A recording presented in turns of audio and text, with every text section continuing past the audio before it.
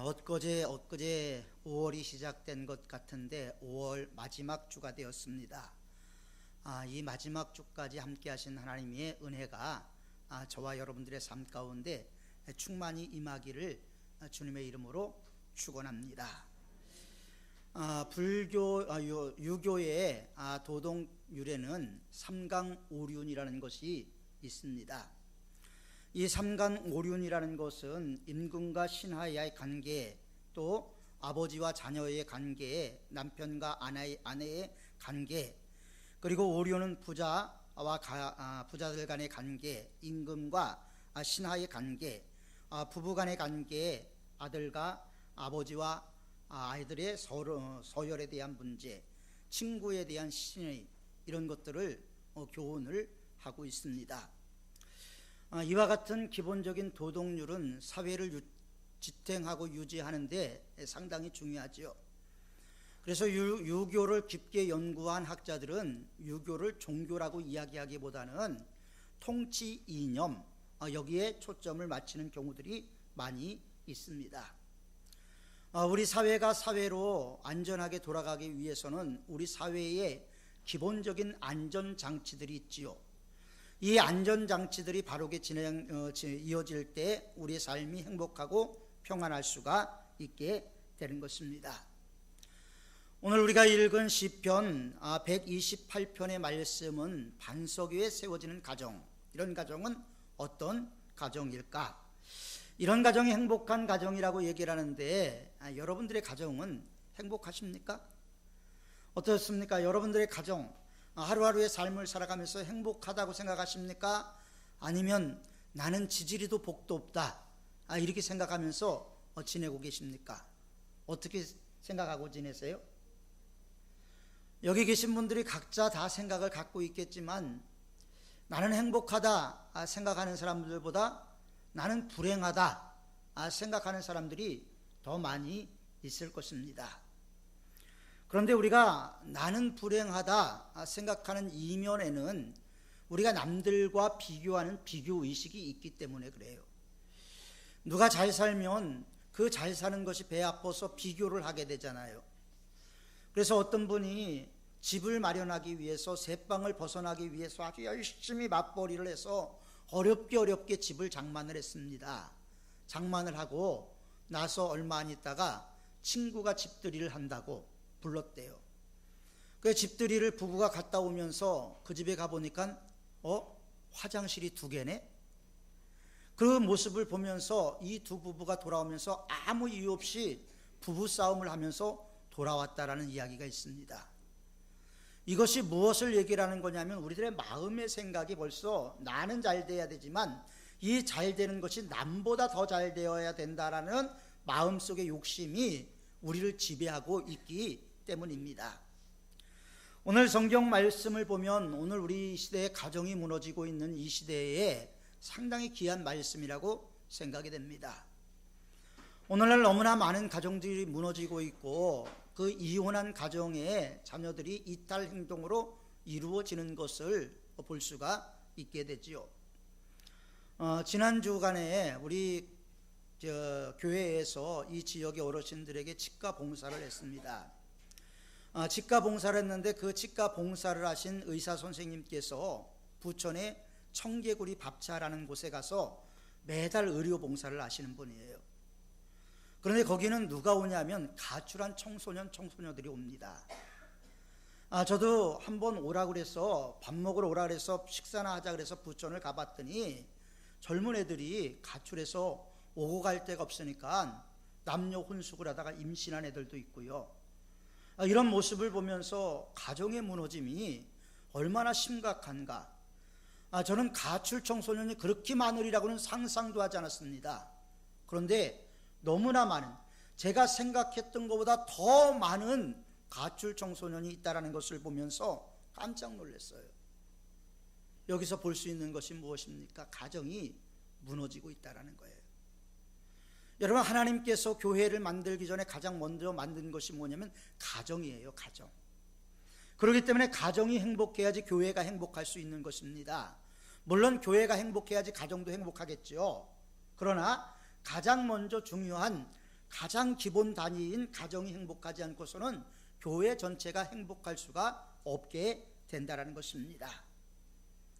오늘날 가족의 문제들을 보면 얼마나 삭막한지 모릅니다. 그런데 이런 문제를 과연 해결할 수 있을까? 이 사회 문제를 해결할 수 있을까? 오늘 성경은 해결할 수 있다라고 이야기를 하고 있습니다.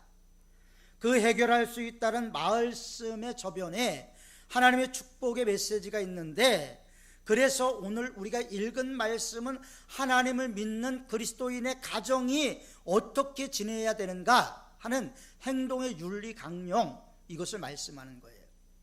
강령이라는 것은 무엇이냐면 으뜸된다라는 거예요. 으뜸되는 줄거리 혹은 기본 입장이나 방침, 이것을 얘기하는 거예요. 그래서 기독교 가정의 가장 으뜸되는, 가장 기초되는 내용이 무엇이냐, 우리가 그 강령이 무엇이냐에 따라서 가정이 행복할 수도 있고 불행할 수도 있다는 것을 우리는 분명히 알 수가 있습니다. 아프리카에 신발 개척을 위해서 신발 회사에서 2명의 직원을 탐사를 보냈습니다. 조사를 해서 조사 보고서를 올리게 했습니다. 똑같은 상황을 보고 왔습니다. 똑같은 환경을 보고 왔습니다. 한 사람은 아프리카에 가보니까 신발을 신은 사람이 하나도 없었습니다. 아프리카에는 절대 신발을 팔 수가 없습니다. 한 명도 신발을 신는 사람이 없기 때문에 아프리카에는 신발을 팔 수가 없다라는 생각을 갖고 있던 사람이 있었고요. 또 한 사람은 이런 보고를 올렸답니다. 아프리카에 가보니까 신발을 신는 사람이 아무도 없더라. 우리가 개척만 하면 엄청난 큰 시장이 될 수가 있을 것이다 라는 보고서를 올렸다는 거예요. 똑같은 환경을 보고 왔습니다. 똑같은 상황을 보고 왔어요. 그런데 보고의 내용이 정반대의 보고가 이루어진 것은 과연 무엇일까요? 마음의 생각이라는 거예요. 마음의 생각. 우리 마음의 생각이 어떤가가 상당히 중요한 우리의 삶을 결정하는 거예요. 나는 불행하다 외치는 사람들은 계속해서 불행의 굴레에서 벗어날 수가 없고 불행한 삶을 살 수밖에 없어요. 그러나 하나님이 주신 것에 감사하는 사람에게는요, 하나님이 더 큰 축복을 주시게 되는 거예요. 그래서 오늘 본문의 말씀을 보면서 우리는 첫 번째로 하나님을 경외하는 가정이 복된 가정이다. 하나님을 경외한다는 건 뭡니까? 우리가 하나님을 믿잖아요. 믿지만 믿는 것과 경외는 분명히 다른 거예요. 경외라는 것은 하나님의 영광에 합당한 그것을 올려드리고 하나님의 영광을 드러 나타내는 것을 우리는 경외라고 이야기를 합니다. 하나님을 경외하는 삶, 하나님을 높이는 삶, 하나님과 함께하는 삶이 우리에게는 무엇보다도 시급한 상황에 놓여져 있습니다. 감사하는 사람은 어떤 사람일까요? 하나님의 은혜가 충만한 사람이 감사해요. 현실이 감사할 수 있어서 감사하는 게 아니고요, 하나님이 우리의 생각과 우리의 마음을 지배하시기 때문에 그 가운데서 우리는 감사할 수밖에 없게 되는 것입니다. 심리학교에 가면요, 심리학계에서 3대 심리학자가 있습니다.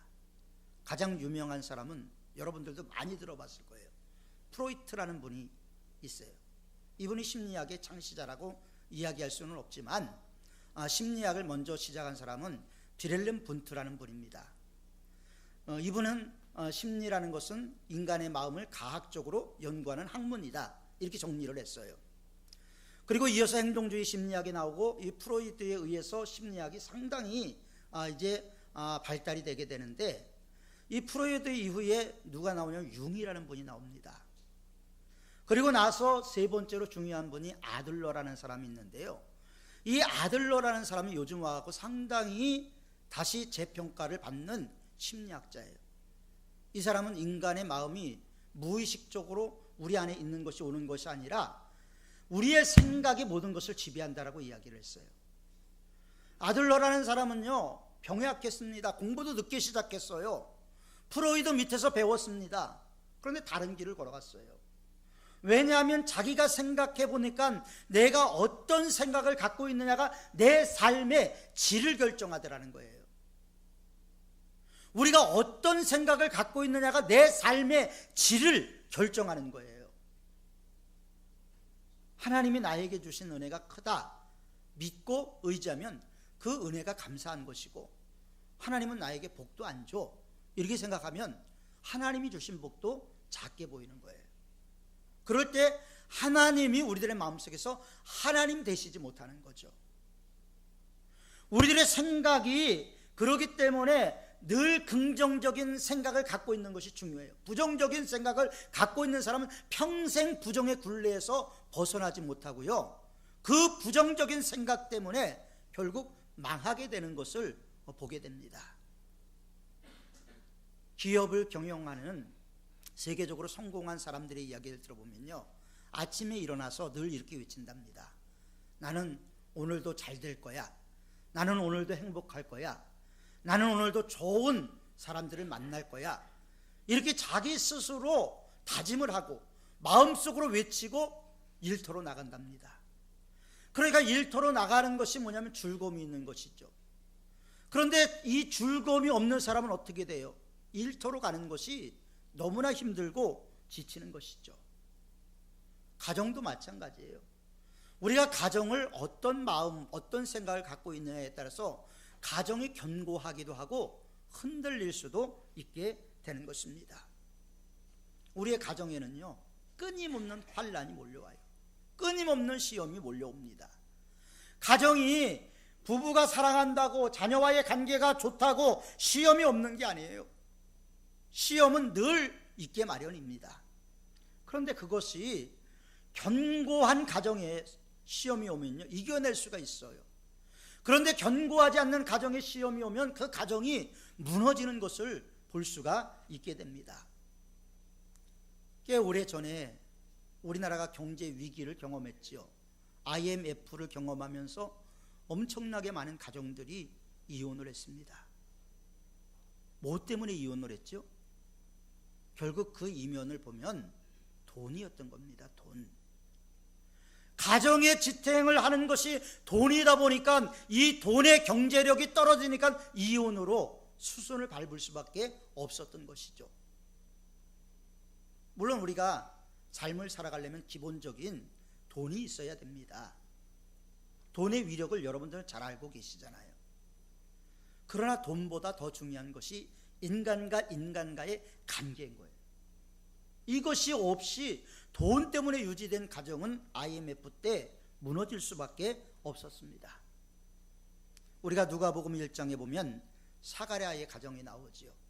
사가랴는 제사장이었습니다. 아내는 엘리사벳이었어요. 그런데 이 집에 문제가 있어요. 이 사가랴는요, 경건한 제사장이었습니다. 경건했다라는 것은 뭐냐면 하나님을 경외하고 다른 사람들에게도 덕을 끼친 사람이었다라는 거예요. 그리고 이 사람은 하나님의 규례와 계명을 철두철미하게 지키는 의인이었습니다. 그런데 문제가 있어요. 자녀가 없다는 거예요. 자녀가. 우리가 지금 현재는 자녀가 없어도 살아갈 수 있는 복지사회를 살고 있지만 고대 사회에서는 자녀가 없으면요, 노후 보장이 안 되는 거예요. 노후 보장이. 그래서 자녀는 반드시 있어야 되는 거예요. 그것도 아들이 있어야 되는 거죠. 고대 사회에서의 그런 특징이 있었습니다. 그런데 이 가정에 자식이 없었어요. 그러나 하나님께서 그들이 흔들리지 않고, 자녀가 없지만 흔들리지 않는 견고한 믿음을 갖고 있는 것을 보시고 하나님께서 그 가정에 무엇을 주셨죠? 세례요한을 주셨습니다. 그 가정이 흔들렸다면 하나님이 세례요한 주셨겠습니까? 어떠한 상황 가운데서도 하나님의 말씀을 의지하고 나가는 이 가정이었기 때문에, 사가랴의 가정이었기 때문에 하나님께서는 그 가정에 복을 주셨다는 것을 우리는 분명히 알 수가 있게 되는 것이죠. 가정마다 환난의 폭풍우가 우리 가정을 흔들 때가 있어요. 어느 때는 뿌리째 뽑힐 때도 있습니다. 이럴 때 많은 사람들이 절망하죠. 절망하지만 하나님을 믿는 우리는 어떤 마음을 가져야 되냐면요, 이런 상황 가운데서 하나님이 나와 함께 하신다, 하나님이 내 길을 인도하실 것이고 하나님이 지금 현재를 뛰어넘어서 좋은 결과를 주실 것이다라는 믿음을 가져야 된다는 거예요. 이런 믿음이 없다 보니까 우리 신앙이 흔들리고 우리의 가정이 뿌리째 흔들리는 모습을 보게 되죠. 우리가 시편 127편을 보면 1절에 솔로몬이 쓴 시편인데요, 여호와께서 집을 세우지 아니하시면 세우는 자의 수고가 헛되며 여호와께서 성을 지키지 아니하시면 파수꾼의 경성함이 허사로다. 여러분, 무슨 얘기입니까? 이 얘기의 결론은 뭐냐면 하나님이 하시지 않으면 안 된다라는 거예요. 하나님이 보호하시지 않으면 무너진다라는 거예요. 우리의 건강도, 우리의 가정도, 우리의 재산도 하나님이 지켜주지 않는다면 무너진다라는 거예요. 여호와께서 집을 세우지 아니하시면, 중국이 훈족을 두려워해서 만리장성을 쌓습니다. 그래서 그 만리장성을 통해서 중국이 보호를 받았나요? 아니었어요. 훈족들은 만리장성을 넘나다녔습니다. 어떻게 그렇게 높은 성벽을 넘나들었을까요? 문지기를 매수했어요. 문지기 한 사람을 매수하니까, 금품으로 그를 매수하니까 문을 열어주는 거예요. 만리장성의 의미가 아무 의미가 없는 거예요. 제가 가서 보고 이 사람들 참 쓸데없는 짓 했다, 이런 생각이 들더라고요. 물론 후대들은 관광산업으로 먹고 살겠지만 하나님이 지키지 않으면 아무것도 안 되는 거예요. 고대 역사를 보십시오. 아수르 제국이 일어났습니다. 아수르 제국이 바벨론에 의해서 무너졌어요. 바벨론이 강대했지만 바벨론이 페르시아에 의해서 무너졌습니다. 페르시아가 그렇게 강성하고 127도를 거느린 아수에로 왕이 있었지만 헬라의 알렉산더에 의해서 무너져 버렸어요. 알렉산더가 죽고 나니까 어떻게 됐어요? 전쟁 중에 죽고 나니까 그 땅을 4명의 장군이 분할 통치하게 됩니다. 뭘 얘기를 하는 거예요? 고대 사회에 강성했던 나라들이 세워지고 무너지고 세워지고 무너지고 이랬다는 거예요. 하나님이 지켜주지 않으면 아무 의미가 없다라는 것을 우리는 역사를 통해서도 볼 수가 있게 되는 것이죠. 그래서 우리는 어떠한 상황 가운데서도 하나님이 우리의 가정을 세우도록, 집은 있지만 가정이 없다 그러잖아요. 우리가 무엇을 얘기를 하는 겁니까? 하우스는 있지만 홈이 없다라는 거예요. 가정을 세워가야 된다는 거죠. 기독교인들의 가정은 늘 하나님이 함께하는 가정이 되어야 할 줄 믿습니다. 두 번째로, 가족 상호 간의 도리를 지켜야 돼요. 가족 상호 간의 도리. 자, 가족과 가족들 간에 마땅히 지켜야 될 도리가 있지요. 부부 관계가 있습니다. 부자 관계가 있습니다. 형제 관계가 있습니다. 2절 말씀에 이렇게 얘기하고 있죠. 내가 내 손으로 수고한 대로 먹을 것이라. 내가 복되고 형통하리로다. 이런 관계가 유지될 때 이런 복을 주시겠다라는 거예요. 아무런 관계가 다 무너졌는데 하나님이 이런 복을 주시겠다? 하나님 그렇게 얘기하지 않았어요. 하나님께서 우리에게 모든 것을 먹을 것, 풍성한 게 주겠다고 약속하신 말씀의 이면에는 뭐가 있냐면요, 하나님이 함께 하셔야 된다는 걸 또 강조하시는 거예요. 하나님이 함께 하시는데 서로의 관계도 중요하다는 것이죠. 서로의 관계. 우리가 수고한 대로 먹는 것이 얼마나 큰 은혜인지 모릅니다. 제가 어렸을 때 저희 마을이 농사를 졌습니다. 제가 안양 평촌 출신인데 농사를 졌어요. 가뭄이 들면요, 논바닥이 거북이 등짝처럼 쩍쩍 갈라지는 모습을 봤어요. 벼들이 말라 들어가는 모습을 봤어요. 제가 아주 어렸을 때는요, 같은 마을 사람인데 자기 논에 물이 없으니까 위에 있는 논에 물을 살짝 흘러가게 만든 거예요. 이 물 갖고 싸움이 나갔고요, 논바닥에서 뭐 서로 올라타고 때리고 막 그런 싸움을 마을 사람들끼리 했을 정도로. 왜 그렇습니까?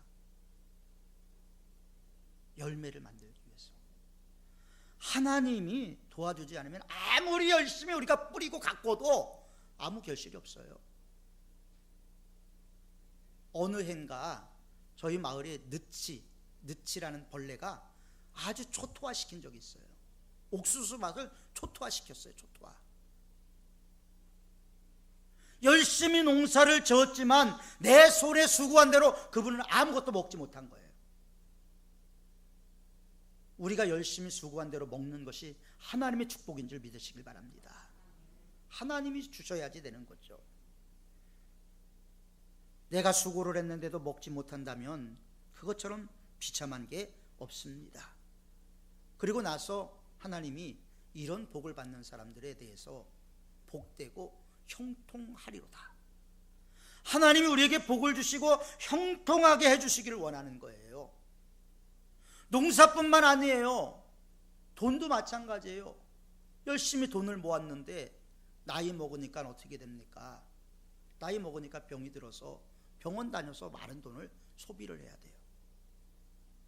그래서 고려대학교의 신민선 교수는 이 시대를 놓고 유병장수하는 시대다, 이렇게 이야기를 했어요. 병 없이 장수하는 게 은혜입니다. 불행한 가정은 뭐냐면 서로와의 조화를 이루지 못하기 때문에 그래요. 남편은 성실한데 아내가 불성실한 경우가 있고요, 형은 성실한데 아우가 성실하지 못한 경우가 있습니다. 무질서가 있다라는 거죠.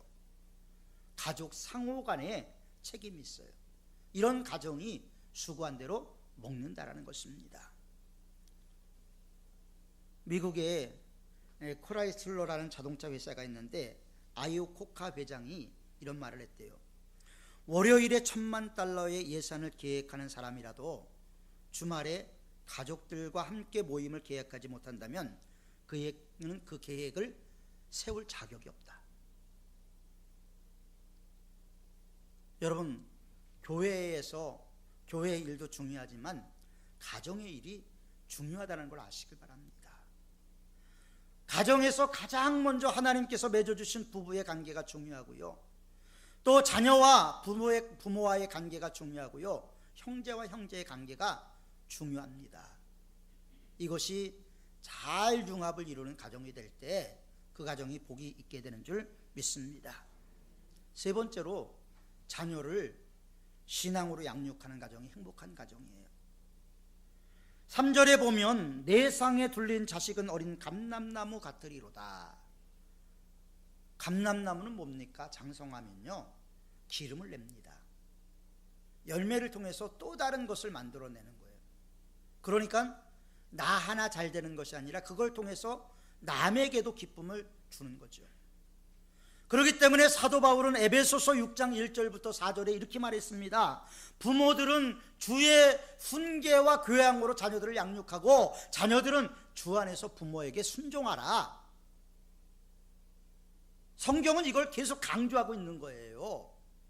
왜 강조하겠습니까? 필요하기 때문에. 유교에서만 삼강오륜이 있는 것이 아니고요, 기독교에서도 하나님의 백성들이 어떠한 삶을 살아가야 될 것인가는 윤리 강령이 있다는 것을 우리는 분명히 알아야 됩니다. 얼마 전에 참 우리 딸을 놓고 정말 아내와 이야기를 한 적이 있어요. 얘가 지방대학도 갈지 모르겠다, 이런 얘기를 하면서 걱정을 하더라고요.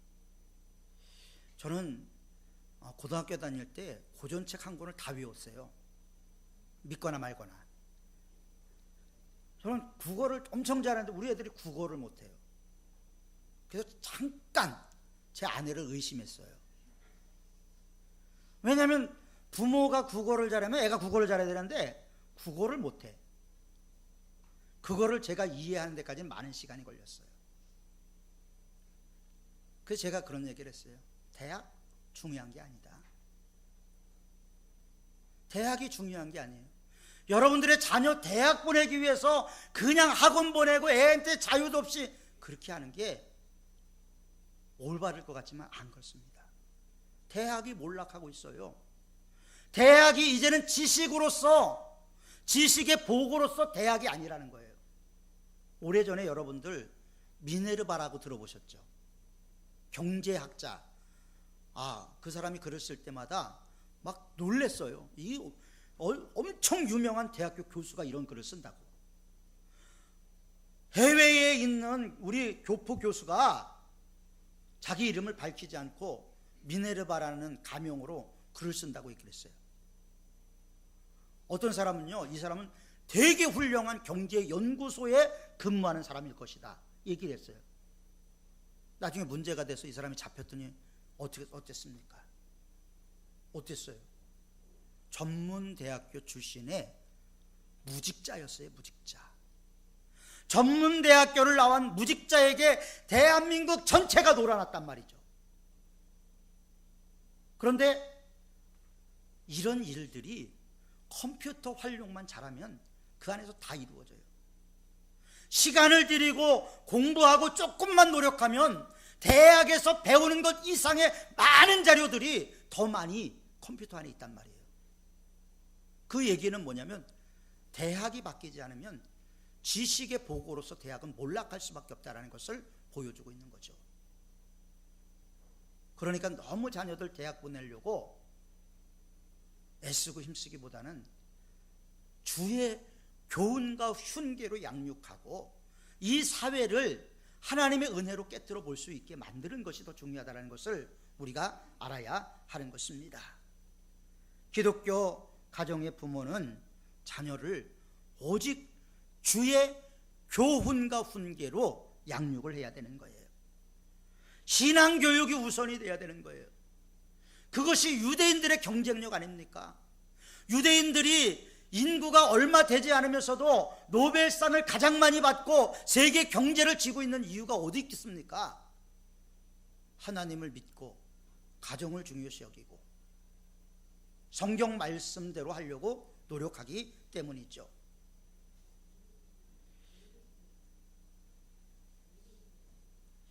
어느 가정에 회사를 다니던 아버지가 있었는데 아버지가 늘 자녀에게 공부 좀 하라고 얘기를 했습니다. 근데 이 아들은 늘 아버지의 말을 듣지 않고 그날도 횡하니 나가버리고 말았어요. 학교 가기 전에 용돈을 달라고 투정을 부렸는데 주머니에 돈이 없어서 용돈을 주지 못했습니다. 화가 난 아들이 화를 내면서 학교를 갔어요. 아내가 남편에게 얘기합니까? 돈이 중에 아들이 중에. 그 이야기를, 그 핀잔을 듣고 아버지는 무거운 발걸음으로 출근을 했습니다. 하루 종일 아버지와 관계 때문에 불편한 아들이 버스를 타고 지나가다가 이상한 광경을 봤어요. 그래서 버스에서 내려서 다시 걸어서 그 광경을 본 장소까지 왔어요. 그리고 이 아들이 깜짝 놀랐어요. 회사에 갈 아버지가 막노동판에서 벽돌을 나르고 있었던 거예요.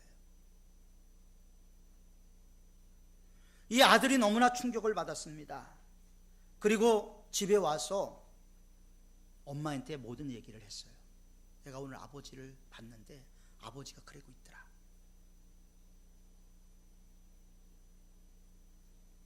아내가 회사에 전화를 했습니다. 그랬더니 회사에서 이렇게 이야기를 하더라는 거예요. 지난달에 퇴직하셨는데요. 지난달에 퇴직했는데도 가정에 대한 무거운 책임을 갖고 이분은 가족들을 부양해야 되는 의무 때문에 막노동판에 갔던 거예요. 저녁 때 아버지는 정장을 입고 돌아왔어요. 약간의 술을 드셔서 취기도 있는 상태에서 돌아왔어요. 아들이 아버지 앞에서 무릎을 꿇었어요. 아빠, 제가 이제 열심히 공부할게요. 아빠 죄송해요. 아내가 얘기를 했습니다. 오늘 건축 현장에서 일하는 것을 동혁이가 봤다는데 왜 얘기를 안 하냐고. 이 이야기를 들은 그 아버지는 이렇게 얘기를 했대요. 뭐 용돈도 제대로 못 주는 그 아버지 하면서 이렇게 치기 던진 말로 했대요. 미안하다.